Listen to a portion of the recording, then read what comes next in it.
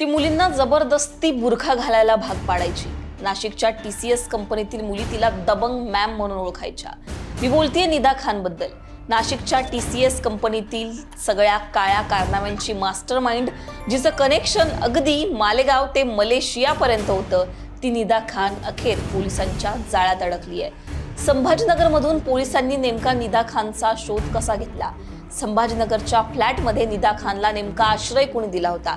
पोलिसांनी फिल्मी स्टाईलनं निदा खानला नेमकं कसं पकडलं, या सगळ्यांबद्दल बोलणार आहोत या व्हिडिओमध्ये। नमस्कार, मी पूजा, तुम्ही पाहताय लोकमत। नाशिकची TCS कंपनी गेल्या काही दिवसांपासून, गेल्या काही महिन्यांपासून या कंपनीमध्ये जे काही चालायचं, मुलींचं जबरदस्ती धर्मांतर असेल किंवा लव जिहादचा आरोप सुद्धा करण्यात आलेला होता। 4 जणांना या सगळ्या प्रकरणात अटक करण्यात आली आहे। लैंगिक शोषणाचा सुद्धा त्यांच्यावर आरोप आहे। या कंपनीत जबरदस्ती मुलींचं धर्मांतरण केलं जायचं असा सुद्धा आरोप आहे। आता या सगळ्या प्रकरणामध्ये जी मेन मास्टरमाइंड होती, या सगळ्या प्रकरणाची सूत्रधार असल्याचा जिच्यावर आरोप होता, ती म्हणजेच निदा खान। आता ही जी निदा खान आहे, ही या कंपनीमध्ये HR च्या भूमिकेमध्ये होती, पण तिची भूमिका फक्त तिथपर्यंत मर्यादित होती का? तर नाही, ती या सगळ्या मुलींना टार्गेट करण्याचं काम करायची असं सुद्धा बोललं गेलं।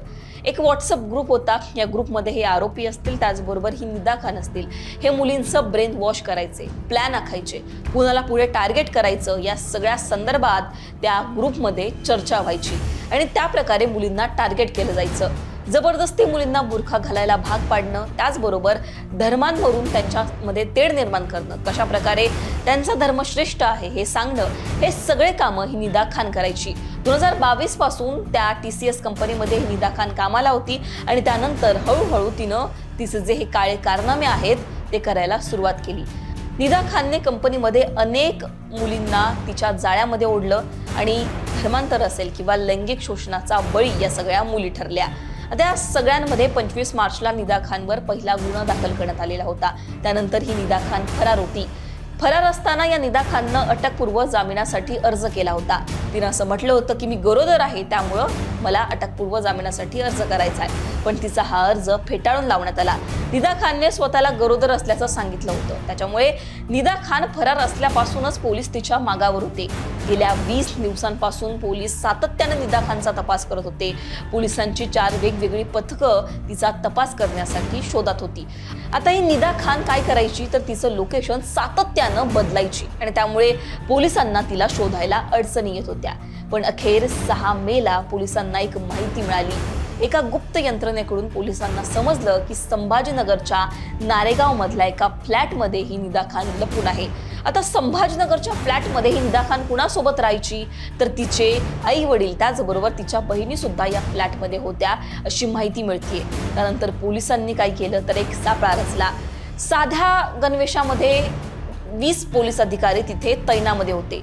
पोलीस बंदोबस्त तिच्या फ्लॅट बाहेर वाढवण्यात आलेला होता।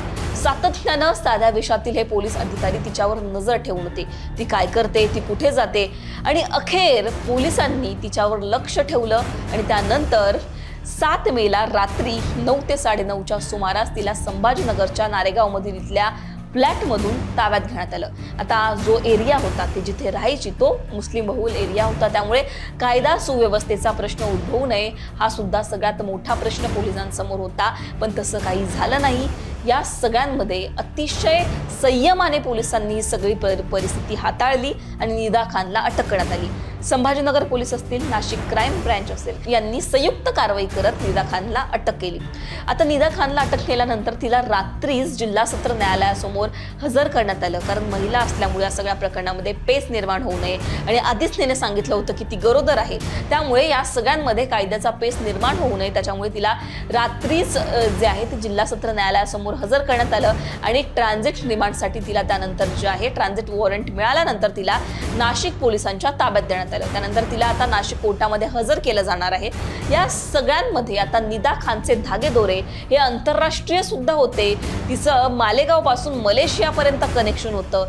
या सगळ्यांमध्ये आता या सगळ्या प्रकरणात निदा खानला अटक झाल्यानंतर ती नेमकी काय कबुली देते, ती काय बोलते, ती काय धक्कादायक खुलासे करते, या सगळ्यांकडे लक्ष लागलेलं असणार आहे. त्याच्यामुळे निदा खानच्या चौकशीतून आता नेमकी कोणती धक्कादायक माहिती समोर येते हे पाहणं महत्त्वाचं असणार आहे.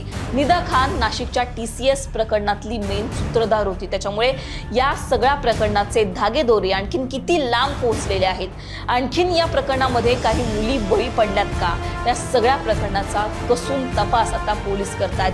पण निदा खान सापडल्यामुळे पोलिसांच्या हाती एक मोठा पुरावा या सगळ्या प्रकरणाचा जो आहे तो हाती लागलाय. निदा खान काय धक्कादायक खुलासे करते हे पाहणं महत्त्वाचं असणार आहे. तुम्हाला या सगळ्यांवर काय वाटतं, तुमच्याबद्दलची मतं कमेंटमध्ये सांगा. लोकमतला सबस्क्राईब केलं नसेल तर सबस्क्राईब करायला विसरू नका.